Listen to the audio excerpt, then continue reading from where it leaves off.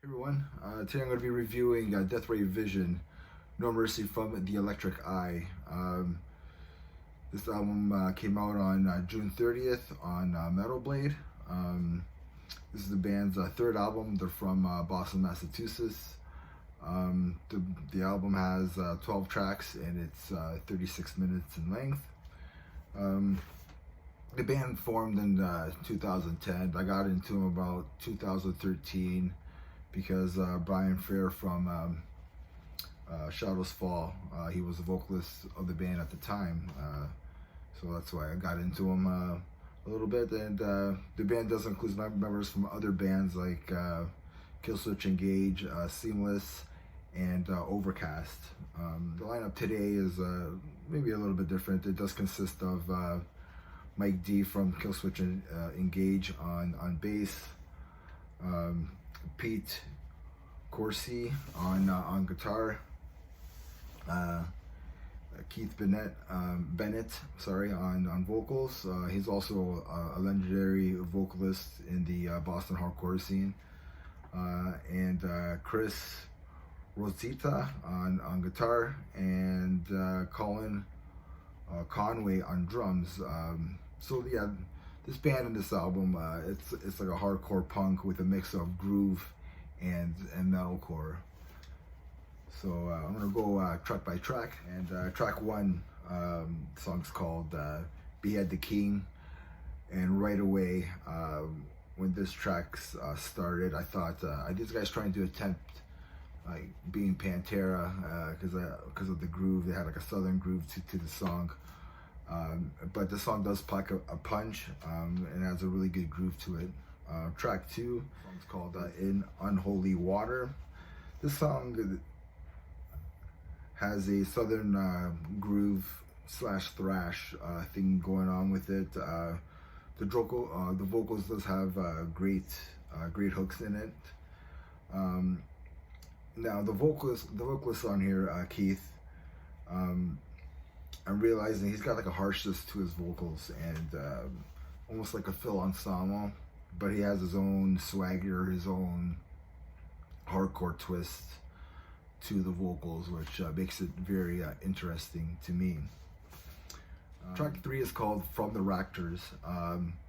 This is a straight in-your-face hardcore and thrash song with blast beats in it. This song really surprised me, and I was hooked in the band, and right away, like soon this song hit, it was a lot faster and a lot more in your face. Track four, Reaper. It's not my favorite song on the album. It's kind of soft. They try to go for the big hook, the big choruses. I think when this song came on, I was kind of like, oh, there's going to be a lot more with big choruses, and they're going to try to sing a lot more. But when track five hit, Premature Evisceration, yeah, like that just stopped, like the big choruses. It was like 40 seconds of this band just kicking you in the face. It was straight metal. This track just really ripped for 40 seconds. It was good enough for me. Anyways,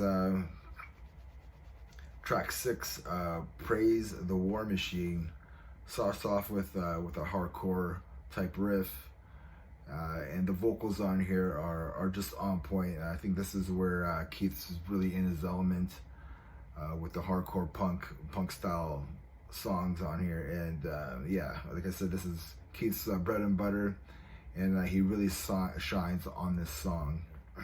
Track seven, Broken Hands of God.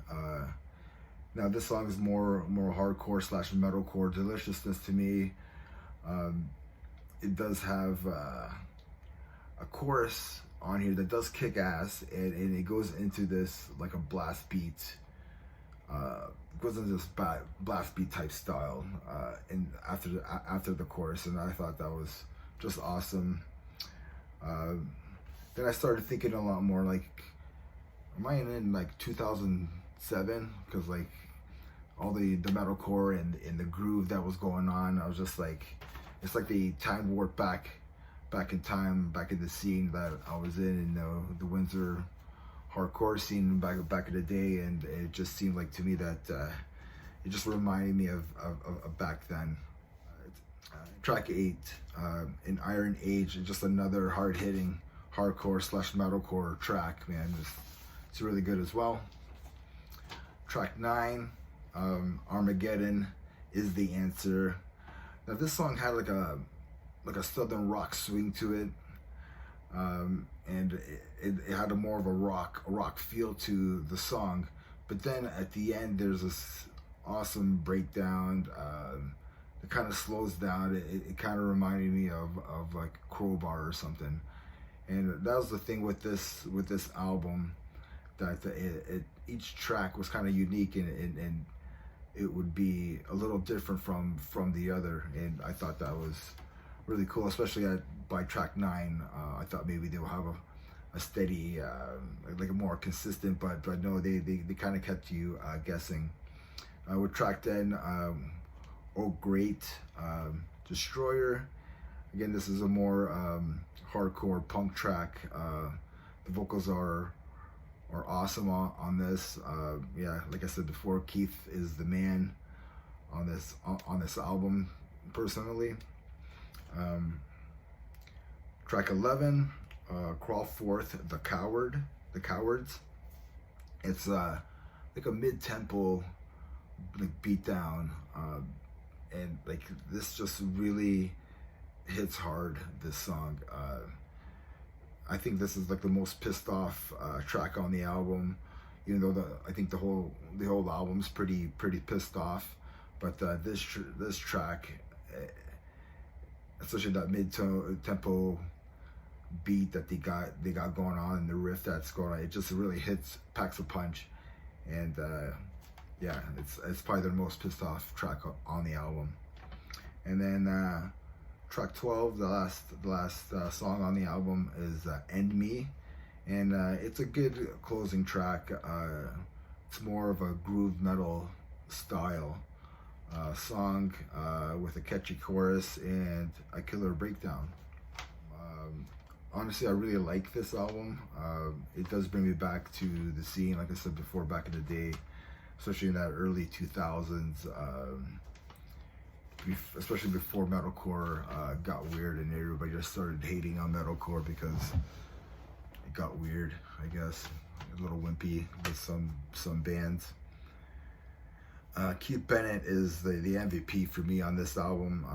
He poured his heart out on this album, and it just, you can hear it.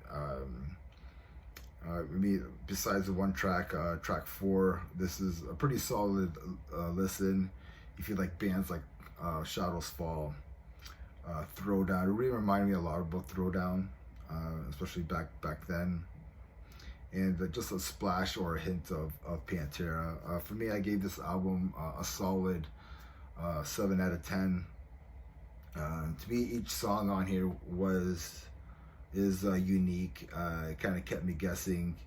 And again, Keith is the man on this album. If you like a hard, like a harsh style vocals, there's no deep gutturals like death metal or anything. Everything's like a fill ensemble. Like it's the only thing that can really kind of compare it to at the moment. But yeah, and yeah, I give this album, it's a really good listen if you like those type of bands. If you were a metalcore fan, this might bring you back from that sound and from that era. And remember, everybody, metal never dies. Cheers.